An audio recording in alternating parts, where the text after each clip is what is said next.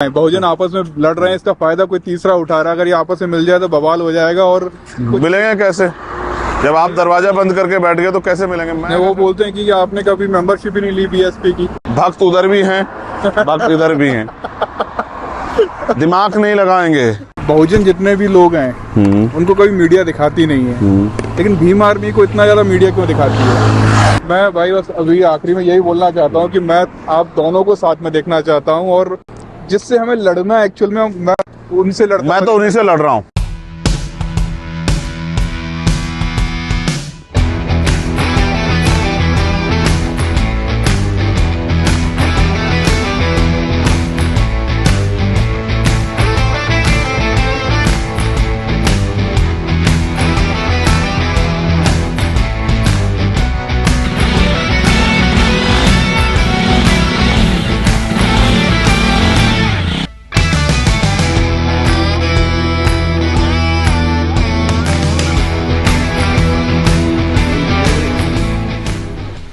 गुरु जी का मंदिर है यहाँ। इस पे संरक्षक में मेरे फादर का नाम तुम्हें दिखाई देगा जब तुम उसको देखोगे। ये संरक्षक लोग हैं। हाँ ये ठीक है। ये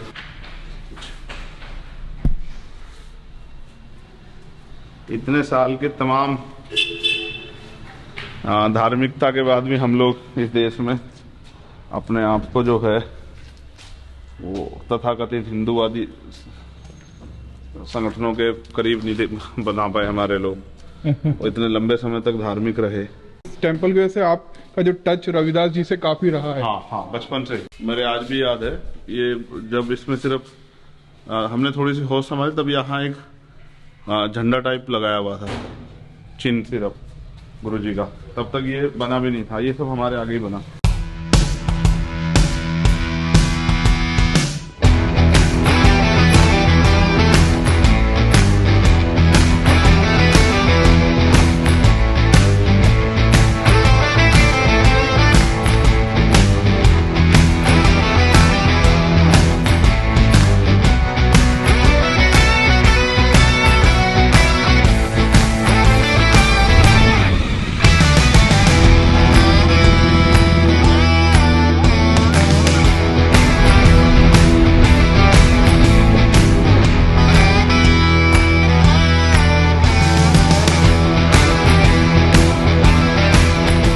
भाई ये जो आपका लुक है ना, इसे देखने के लिए जो युवा हैं तरस जाते हैं। आजकल आप बाइक नहीं चला रहे? बाइक इसलिए नहीं चला रहा हूँ कि उस तरह के इवेंट्स का कोई टाइम ही नहीं मिल रहा है। पहले मैं बाइक इसलिए चलाता था कि लोकल्स में जाता था तो आराम से बाइक के जरिए चला जाता था। अब मैं जब देखता हूँ हमारे बहुत सारे लोग बाइक लेके चलते हैं सड़क पे, मैं उनसे बार बार अपील भी करता हूँ कि भाई आप जो है हेलमेट का प्रयोग करो। आप हेलमेट पहन रहे हैं? मैंने आपको बोला कि बिना हेलमेट के शूट करना था, आपने मना कर दिया। नहीं, हेलमेट होना चाहिए। देखो मैं समाज का नेतृत्व कर रहा हूँ। बिल्कुल। जैसा मैं दिखाऊंगा वैसे ही लोग सीखेंगे। बिल्कुल बिल्कुल। जैसा आचरण मैं करूंगा, जैसा काम मैं करूँ, मुझे देख के लोग प्रभावित होंगे, उस तरह का आचरण करेंगे।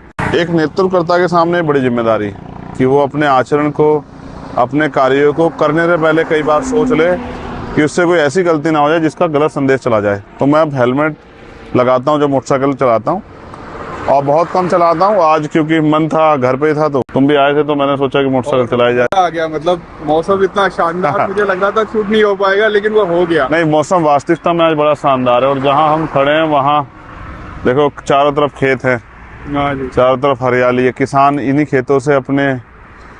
खेतों को सींच के जो है अपनी फसल को तैयार करता है और फिर इससे उम्मीद करता है कि उसके इस फसल के जरिए वो आगे बढ़ेगा। भाई आपका जो एक नाम रावण, मतलब ये कैसे पड़ा, और क्या आपने उसको एक्सेप्ट कर लिया है? क्योंकि हम जब गूगल में सर्च करते हैं वहाँ रावण लिखा आता है। देखो गूगल पे जो लिखा गया है वो, अगर आप गूगल पे सर्च करोगे तो बहुत सारी चीजें कैसी आएंगी जो किसी न्यूज एजेंसी ने डाली है। कोई आर्टिकल आया हुआ है, किसने विकिपीडिया पे है, किसने मेरी बायोग्राफी की है। मैं राजनीति को थोड़ा समझने लगा हूँ। मुझे लगता है कि ऐसा ना हो सरकार और वर्तमान की जो बीजेपी के लोग हैं वो जिस तरह की धर्म की राजनीति कर रहे हैं। देखो धर्म आदमी का व्यक्तिगत इशू है। हमारी पार्टी में भी कुछ लोग हैं जो जिनकी आस्था, जो इस्लाम को मानने वाले लोग हैं, उनके अपने धर्म को मानने के तरीके वो हैं। हिंदू धर्म में जिनकी आस्था है, उनको उनके अपने मानने के तरीके हैं, वो अपने तमाम तरह से अपने त्यौहार सब चीज़ों को करते हैं। राजनीति एक अलग तरह का वो है भाई। बाबा साहब अम्बेडकर ने भी कहा है ना कि भाई हम 1949 का उनका एक भाषण है लखनऊ में, कि जिनकी समस्या एक जैसी है उनको मिलके अपनी लड़ाई को लड़ना चाहिए। वो तो कहते हैं मैं रोटी बेटी के रिश्ते के लिए भी नहीं कह रहा हूँ, मैं ये भी नहीं कह रहा हूँ कि साथ बैठ के भोजन करो, लेकिन जिनकी समस्या एक है और जिनकी समस्या का समाधान सत्ता से हो सकता है, उनको मिलकर राजनीति करनी चाहिए। बिल्कुल। तो मैं किसी के धर्म पे उस तरह की टिप्पणी नहीं करता हूँ। मैं कहता हूँ उनके धर्म अपनी आज़ादी है, और मैं समझता हूँ कि यहाँ बड़े पैमाने पे जिन लोगों की आस्था हिंदू धर्म में है, उनको उनकी आस्था को भी ठेस ना पहुँचे। तो इस बात का ध्यान रखते हुए मैं, क्योंकि भविष्य में हमें बहुत सारे लोगों को तैयार करना है इस आंदोलन को, बहुजन हिताय बहुजन सुखाय को, अपने महापुरुषों के इतिहास को जानने के लिए जिनको जानकारी नहीं है, तो मैंने उनसे कहा कि मुझे चंद्रशेखर आज़ाद ही जो मेरा नाम है वही रहने दो। मतलब आप इसमें एक्सेप्ट नहीं करते हैं, ये उन्हीं का दिया हुआ नाम था, लेकिन आप बोलते हैं नहीं है, मुझे नहीं। हाँ, मैंने मना किया कि भाई अब मुझे इस नाम से ना बुलाया जाए। मैं नहीं चाहता इसका किसी भी तरह से मेरे द्वारा कोई भी ऐसा वो हो जिससे कि विरोधियों को पॉलिटिकली फायदा। जैसे ही कोई समाज का कोई व्यक्ति है ना, वो भी धीरे से मुझे पूछ लेता है कई बार, क्यों वो तुम गए थे रावण के पास गए थे, मतलब उनके दिमाग में वो बात बैठ गया। कॉमन नेम है वो, एक कॉमन नेम है, कॉमन नेम हो गया कि रावण मतलब चंद्रशेखर भाई। देखो जैसे मेरे साथ ये अच्छा है कि मेरा नाम चंद्रशेखर आजाद। अब चंद्रशेखर आजाद को हम देखें, चंद्रशेखर आजाद नाम के दो बड़े शख्सियत जो है ना इस भारत की धरती पे जन्मी, एक शहीद आजम जो थे पंडित चंद्रशेखर आजाद, जिन्होंने ये संकल्प लिया था कि मैं आजाद पैदा हुआ, आजाद मरूंगा और दुश्मन की गोली मुझे छू नहीं पाएगी। बिल्कुल। मेरे जीते जी वो मेरे शरीर को नहीं छू सकते। उन्होंने संकल्प को निभाया। एक जो इस देश के प्राइम मिनिस्टर रहे, जिन्होंने संकल्प किया कि मैं कभी किसी इसके अलावा अगर बनूंगा तो प्राइम मिनिस्टर बनूंगा, इसके अलावा कुछ बनूंगा नहीं। तो दोनों ही दृढ़ संकल्पित व्यक्तित्व थे। मेरे पिताजी ने सोच के रखा मेरा नाम चंद्रशेखर, मेरे से बड़े वाले भाई का नाम भगत सिंह। तो आप इस बात को समझो कि उनका क्रांतिकारियों से कितना लगाव, कितना प्यार था, उनके संघर्ष से कितना लगाव प्यार था। भाई जो मीडिया ने जहाँ से शुरुआत हुई थी वो इस बोर्ड से, द ग्रेट चमार, क्या आप अभी भी उस चीज को मानते हैं कि द ग्रेट चमार होना चाहिए या सब बराबर होना चाहिए, जाति को ग्लोरीफाई नहीं करना चाहिए? देखो इसको ये जाति एक बड़ा कॉन्सेप्ट, जाति एक सच्चाई जिसको छिपाया नहीं जा सकता। जातियों में भी जातियां। वो बोर्ड एक साइन था अपने लोगों का मनोबल बढ़ाने के लिए, और उस बोर्ड के पीछे भी मैं जो भी काम करता हूँ बाबा साहब अम्बेडकर को सुन के पढ़ के उनसे प्रभावित होकर करता हूँ। हमारे लोग पढ़ते बहुत कम है। हमारे लोगों को समझना चाहिए, जब महाट सत्याग्रह बाबा साहब अम्बेडकर ने किया 20 मार्च 1927 को, सत्याग्रह के बाद उन्होंने जो बातें कही, हम डॉक्टर बाबा साहब अम्बेडकर को मानने वाले लोग हैं, उन्होंने कहा कि भाई जब भी हम इकट्ठा होंगे तो हम कुछ ना कुछ संकल्प लेंगे बुराइयां छोड़ने का, जब भी हम इकट्ठा होंगे। तो उन्होंने उस दिन 3 संकल्प दिलाए समाज को। पहला, हम कोई भी गंदा व्यवसाय नहीं करेंगे। बिल्कुल। दूसरा, हम मरे हुए जानवरों का मांस नहीं खाएंगे। और तीसरा, जो सामाजिक असमानता, जाति के आधार पर जो असमानता बनाई गई है, हम अपने आप को नीचा या छोटा महसूस करके अपने मनोबल को नहीं गिराएंगे। उनके कहने का मतलब ये है कि जब तक जाति व्यवस्था है, आप अपने आप को छोटी जाति का, नीच जाति का, कमजोर जाति का मान के अपना मनोबल मत गिराओ। इसलिए मैंने अपने लोगों का मनोबल उठाने के लिए, बाबा साहब अम्बेडकर को आप पढ़ोगे, उनकी वॉल्यूम्स में कई बार उन्होंने ये जिक्र किया है कि महार जो है वो मार्शल कौम है। जब बाबा साहब अम्बेडकर कहते हैं महार मार्शल कौम है, और मैं ये कहता हूँ कि चमार जो है ग्रेट है, तो इसमें क्या फेरबदल हुआ? आप बाबा साहब तो मुझसे ज्यादा ज्ञानी थे ना, बाबा साहब का तो कोई तोड़ नहीं है ना ज्ञान में। बाबा साहब का वॉल्यूम पढ़ोगे तो आपको दिखेगा बाबा साहब ने महारों का सम्मान, उनके हौसला अफजाई के लिए वो अपने पैरों पे खड़े हो, लड़ाई लड़े, इसलिए उन्होंने उनसे कहा कि महार मार्शल कौम है। उनको इतिहास बताने का काम किया कि आप गुलाम नहीं हो। इसलिए वो भीमा कोरेगांव क्यों जाते थे? उन्होंने तो कभी कोई एक लाठी नहीं मारी किसी को। और भीमा कोरेगांव का इतिहास क्या है कि एक युद्ध हुआ 1 जनवरी 1818, जिसमें 28,000 पेशवा को धूल चटाई जो महार योद्धा थे। तो वो तो युद्ध को नहीं मानते थे, उन्होंने तो धर्म भी ऐसा चुना जो अहिंसा पे आधारित है। लेकिन उन्होंने क्या कहा, उन्होंने कहा कि आओ और मेरे अनुयायियों भीमा कोरेगांव जरूर आओ, आके अपने इतिहास को पढ़ो, जानो कि तुम इस देश में गुलामों की संतानें नहीं, तुम इस देश में योद्धाओं की संतानें हो, और जिससे कि समाज का वो मनोबल, गिरा हुआ मनोबल बढ़े। ये व्यवस्था बना के, वर्ण व्यवस्था बना के हमारे मनोबल को ही तो गिरा गया है। कहते ना, मान लो तो हार और ठान लो तो जीत। उन्होंने हमारा मनोबल गिरा दिया कि हम नहीं कर सकते हैं, और इसलिए हमने अपने मनोबल गिराए बैठे कि हम नहीं कर सकते हैं। आधी लड़ाई तो यहीं हार जाते हैं हम लोग। भाई सामने मैदान में देख के हमने, जिससे हम लड़ने जा रहे हैं, हमने तय कर लिया कि हम इससे जीत नहीं सकते, तो आधा तो हम वहीं हार गए, फिर हम अपनी प्रतिभा का 100% कहाँ दे पाएंगे। इसलिए मैंने वो बोर्ड, वो वहाँ के गाँव वासियों की इच्छा भी थी कि जब दूसरी जातियों के लोगों ने लगाया तो हम भी लगाएं। मगर मेरा उसका कॉन्सेप्ट वो था जो बाबा साहब अम्बेडकर ने 1927 में जिस कॉन्सेप्ट को दिया कि जब अगर क्या तो आप आगे बढ़ के इतनी ताकत अर्जित करो जी कि आप जाति व्यवस्था समाप्त करो। बिल्कुल, जिसके लिए मैं कटिबद्ध हूँ, संकल्पित हूँ कि ये करना, और नहीं कर पा रहे तो इसके अपने मनोबल मत गिराओ। हमारे लोग सोचते थे अरे भाई अपनी जाति को बताना नहीं है, छिपाना नहीं है, अपनी बात छिपा के रखना है, हम कब छोटी जाति की, नीच जाति। कौन कहता है हम छोटी जाति के? आदमी कर्मों से छोटा हो सकता है, जाति से छोटा नहीं हो सकता है, ठीक है। और हमें तो इससे भी दिक्कत है कि जाति व्यवस्था नहीं होनी चाहिए। सब लोग आपस में, देश में कभी बड़ी क्रांति इसलिए नहीं हो सकती कि हम लोग, हमारा देश जातियों में बटा हुआ है। अंग्रेजों के भी हम इतने देर इसलिए गुलाम रहे, मुगलों के भी हम इसलिए गुलाम रहे, उससे पहले हुनसक जो भी आया हम उसके इसलिए गुलाम बने क्योंकि हम यहाँ इतनी बुरी तरह विभाजित थे। और बड़े पैमाने पे इस देश का जो बहुजन समाज आज का SC ST OBC, उनको तो ये अधिकार ही नहीं थे कि वो हथियार चला लें या वो शिक्षा ग्रहण कर लें, तमाम तरह की चीज़ें, ये बंदिशें थी, या वो किसानी खेती कर लें। तो इसलिए मैं आज भी कहता हूँ समाज का मनोबल बढ़ाना चाहिए। मैं तो कहता हूँ द ग्रेट पारसी भी द ग्रेट है, मैं तो कहता हूँ कि वाल्मीकि भी ग्रेट है, मैं तो कहता हूँ कोरी, कुम्हार, तेली, जो भी जितनी भी जातियों में लोग हैं वो सब ग्रेट हैं, क्योंकि वो मेहनत मजदूरी करके अपने पेट को पालते अपने, और इतना अपमान से कि भी अपने देश में, अपने देश के प्रति, इस देश के साथ खड़े हैं। बाबा साहब ने इतना सब कुछ सहते हुए कहा कि हम प्रथम रंते भारतीय, हमने दूसरा देश नहीं मांगा। बिल्कुल सही बात। हम पे अवसर थे, बिल्कुल थे, कि हम दूसरे देश की मांग करते, पाकिस्तान की तरह, चिन्ना की तरह हम भी मांग कर सकते थे। बाबा साहब अम्बेडकर इस देश से प्यार करते तो खड़े रहे इस देश के साथ। इतना अन्याय, अपमान, आज आज़ादी के आज इतने दिनों बाद भी हम लोग इस देश में जातिगत प्रताड़ना सहते हैं। अभी रिसेंट के जो मामले राजस्थान के, जितेंद्र मेघवाल का मूछे रखने पर हत्या, पानी की मटकी छूने पर हत्या, घोड़ी बैठने पर हत्या, ये मामले आज भी हम इस असमानता को सह रहे हैं, लेकिन फिर भी हम अपने देश के साथ खड़े।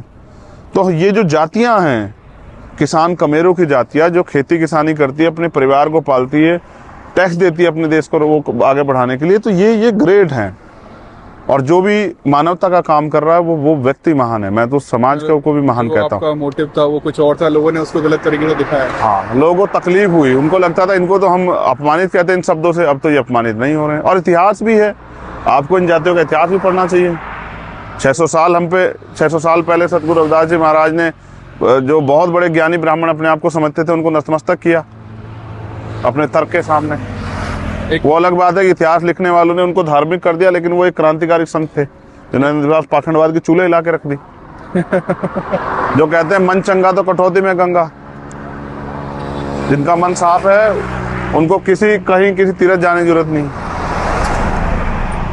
तो इसलिए उनका इतिहास आप पढ़ो। बड़े बड़े राजे महाराजे जो है, जो तथाकथित उच्च जातियों के अपने आप को जाति व्यवस्था मानते थे, वो उनके आगे नतमस्तक हुए। मीरा से लेकर तमाम, मीरा जो है किसी आम राजपूत घराने से नहीं थी, वो एक राजा की बेटी थी, उसने भी उनको आगे गुरु माना।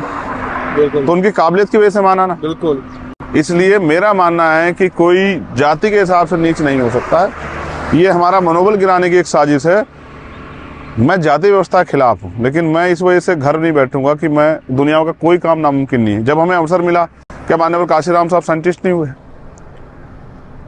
हमारा इतना बड़ा समाज है, उसके बाद हम टुकड़ों में बटे हैं। जब पहली बार ये 1831 की जनगणना के बाद आप देखो, इतनी जातियां नहीं थी शेड्यूल कास्ट में, फिर और दुश्मन ने हमें जाति में बांट दिया।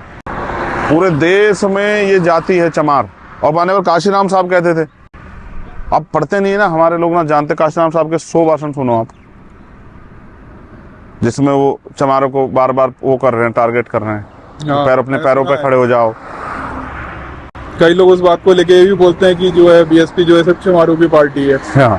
काशीराम जी अब वो उस चीज को, हर चीज को गलत मतलब निकालकर एक पॉइंट पकड़कर उसके पीछे पड़ जाते हैं। राजस्थान में कोई ब्राह्मण समाज के लोगों ने अपनी सभा की और उन्होंने वहां नारा क्या लगाया, जिसमें केंद्रीय मंत्री भी थे भारत सरकार के कि ब्राह्मण सबके बाप। मैं ये थोड़ा ही कह रहा हूँ कि चमार सबके बाप हैं, मैं ये थोड़ा ही कह रहा हूँ। मैं देखो, आप अच्छा काम कर रहे हैं, अगर मैं कहता हूँ आप बहुत अच्छे हैं तो इसमें क्या बुरा है? इससे किसी को तकलीफ नहीं होनी चाहिए। बिल्कुल। मैं ये नहीं कह रहा हूँ कि आप बुरे हैं, दूसरे लोगों को नहीं कह रहा हूँ आप बुरे हैं, मैं तो कह रहा हूँ ये जिसके बारे में पर्टिकुलर कह रहे हैं ये बहुत अच्छे हैं, मैं ये कह रहा हूँ। भाई एक आखिरी सवाल, ये लोग बोलते हैं कि ये ना बहुजन जितने भी लोग हैं उनको कभी मीडिया दिखाती नहीं है, लेकिन भीम आर्मी को इतना ज्यादा मीडिया क्यों दिखाती है?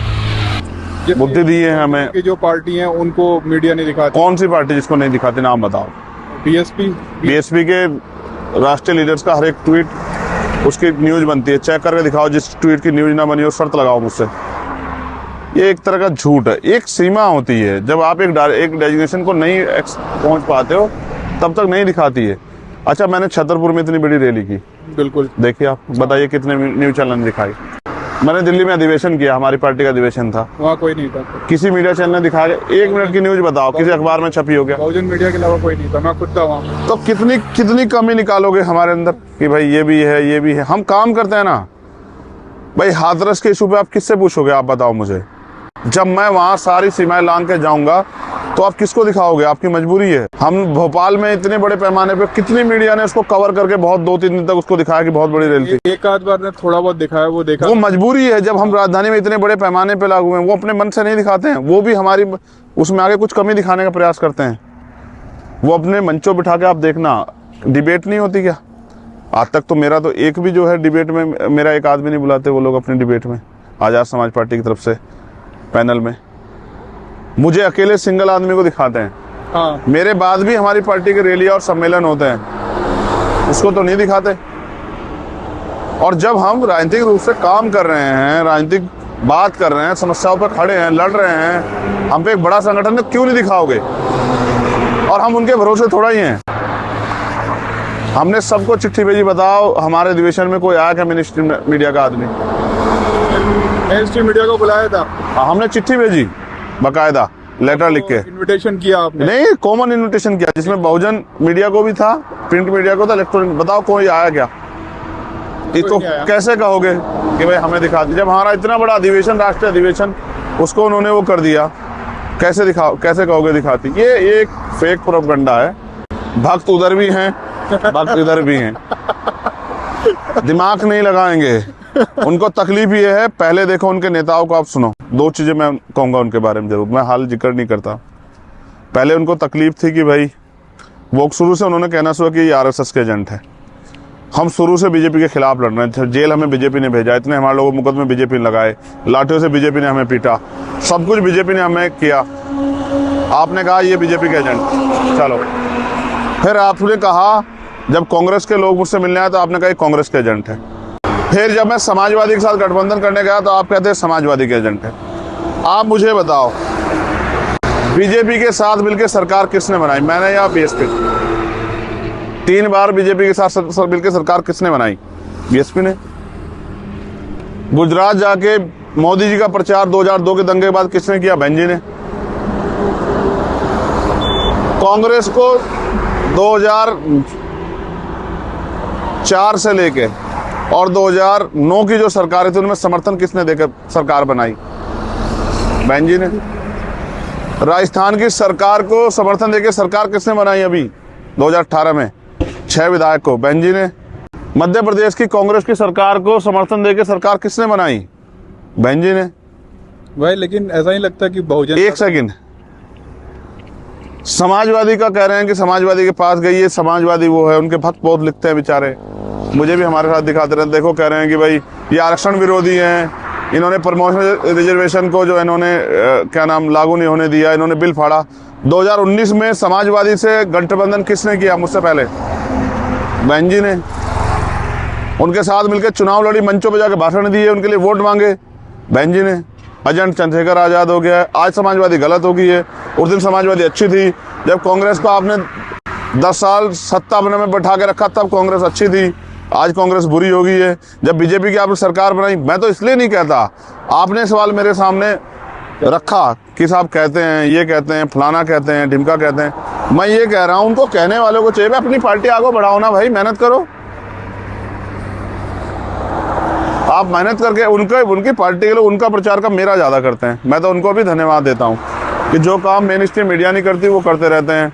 कभी मेरा कोई फोटो लगाते हैं, कभी कोई फोटो लगाते हैं। ऐसा ही लगता है कि बीएसपी और एएसपी ये अगर दोनों एक मिल जाएं, बहुजन आपस में लड़ रहे हैं, इसका फायदा कोई तीसरा उठा रहा है, अगर ये आपस में मिल जाए तो बवाल हो जाएगा। और मिलेंगे कैसे?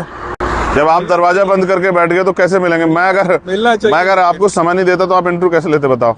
ये बात है भाई, जब वो उधर से तय करके बैठ गए कि भाई हमें तो अपने परिवार को इस पे स्थापित करके इनको आगे बढ़ाना। मैं कह रहा हूँ क्षमता अगर मेरी चेक हो रही तो उनकी भी तो हो रही है ना। उनके जो जिनको उन्होंने कमान दे रखी है, उन्होंने गुजरात का चुनाव लड़ा है, बताओ कितने % वोट आया? हम नहीं लड़ रहे हैं, एसपी के लोग, भीम आर्मी के लोग नहीं लड़ रहे हैं, कभी उनका जिक्र नहीं करते। वो हमारे उसमें बेमतलब को आके वो हमारे लोग साथ बहस करते हैं। आप ये बताओ, गुजरात में उनको 0.50% वोट मिला, उनकी पूरी पार्टी लगी थी, हम नहीं लड़े चुनाव। किसने बहुजन का वोट कहाँ चला गया? दलित समाज का वोट कहाँ गया? अगर हम बंटवारा कर रहे हैं, आपने हिमाचल में चुनाव लड़ा, हम नहीं लड़े, आपको 1% वोट नहीं मिला, कहाँ गया वोट? ये जनता भी समझ रही है कि आप सिर्फ और सिर्फ पूरी बीएसपी मिलके चंद्रशेखर आजाद को, आजाद समाज पार्टी को नीचा दिखाने का काम करते हो।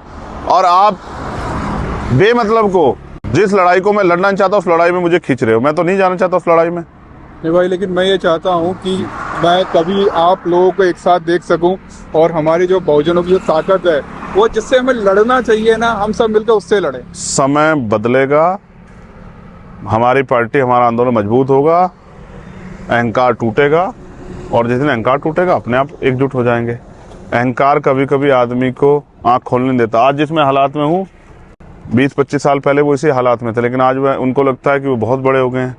भाई समाज से बड़े थोड़ा ही हो जाओगे, समाज भी तो है, समाज नहीं देख रहा कौन काम कर रहा है। तो हमने तो हमेशा प्रयास किया, हमने तो पार्टी बनाने से पहले प्रयास किया। आप ये बताओ, जब हम सामाजिक संगठन बना के इस लड़ाई को लड़ रहे थे और हम राजनीतिक दल भी बनाना चाहते तो हमें एजेंट कौन कह रहा था? भाई मैं तो तब मानता कि बहन जी ने सामाजिक संगठन को रहते स्वीकार कर लिया हो। आज उनकी स्ट्रेटजी देखो, उनके लोग, उनकी पार्टी के लोग जब वो हताश हो गए तो लिखते हैं हमारे उस पर आके, देखो नजर तो हम पर सब पे रहते हैं कि हम संगठन में तो भीम आर्मी के साथ हैं लेकिन वोट बीएसपी को देंगे। और वो लोग सारे बीजेपी उसके बसपा के हैं। उनके ट्विटर हैंडल देखते हो, बाद में हमारी टीम भी रिसर्च करती है, वो देखती है, पार्टी के लोग बताते हैं कि भाई वो सब उनकी पार्टी के लोग हैं।